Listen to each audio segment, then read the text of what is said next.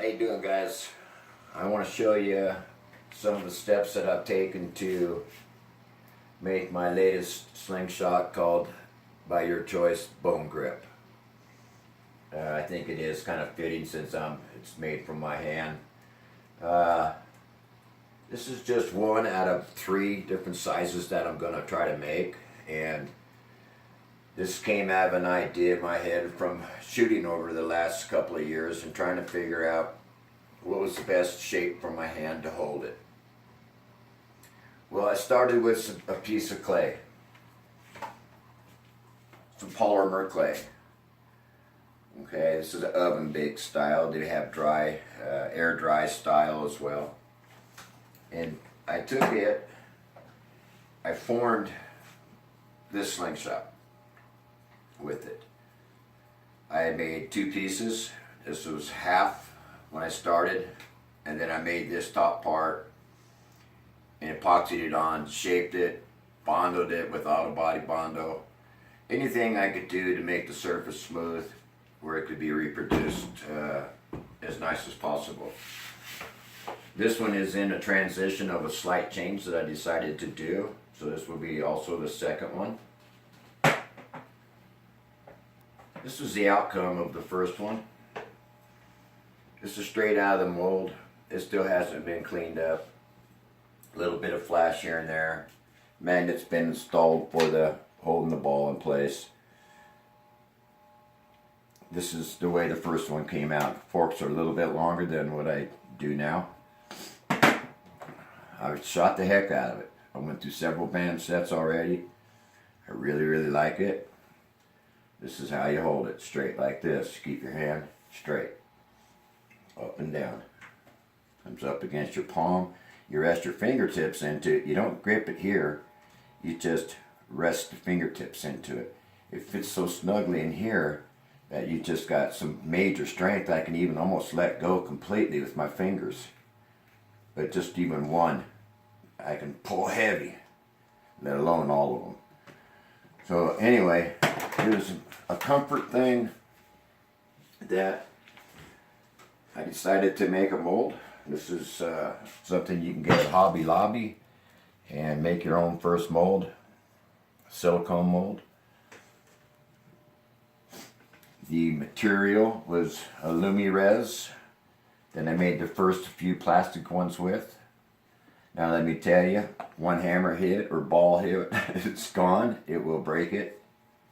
I haven't done that, but I have done tests on pieces that I've made and hit them with ball peen hammers and it splatters. So not a good choice for permanent slingshot that you can trust and have down the road. So I've done a lot of research on plastics, and there's a lot of different kinds. There's a lot from rubber style to a very hard type plastic, and everything in between. Some things are very tooling resistant, impact resistant. Some are dangerous to work with. There's just a lot of stuff going on. The particular material that I chose is called Task 12, made by Smooth On. It's very resistant. It won out on all my tests. I beat the living stuff out of this with a hammer and decided to go ahead and use it. It is something that I have to be very careful working with, as it's very dangerous. The Task 12 material, you see it's wrapped here because I don't let it get any contamination from humidity. And you must use it pretty quickly or it will go bad. This particular product you have to weigh, and it is 100 parts to 44 parts is the maximum mixture for it. I'm sorry, I do have it in a bag, but it's just it's Task 12, like right here. And this particular material, you have to wear a respirator when you're making it, and any type of work after it, like sanding it or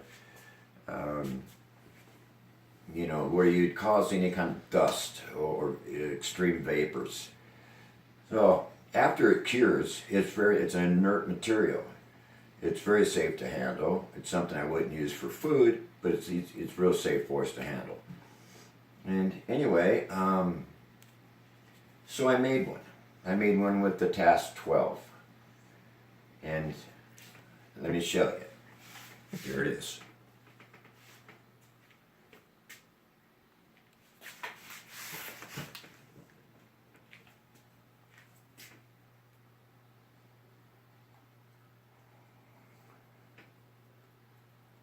This thing is very, very, very extremely tough.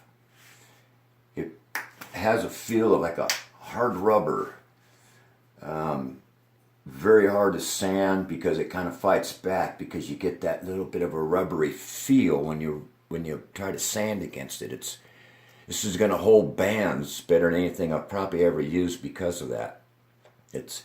You put something like even my finger and you try to push and it wants to stick to it. But at the same time, it's very smooth and glassy, and extremely happy about how clear and pretty this one came out.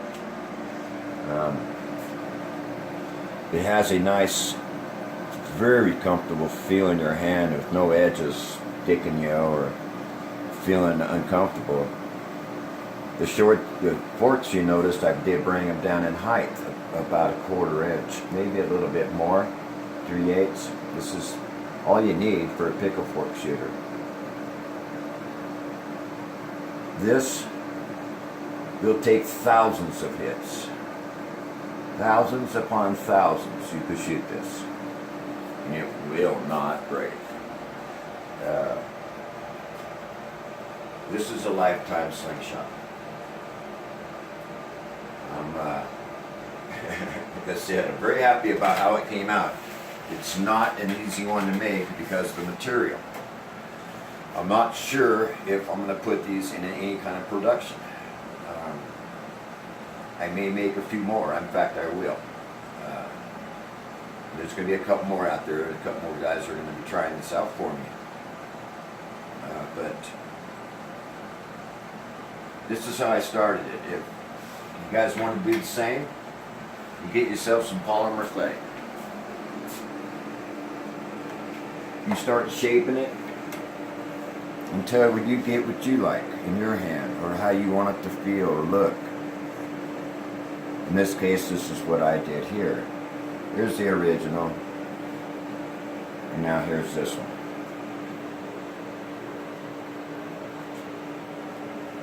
Quite a difference as far as the finish, as you see now. Difference in height of the fork. Just a little bit smaller overall.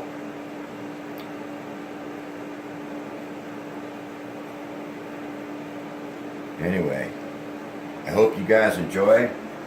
I'll show you some pictures with some bands on it next. Happy shooting, brothers.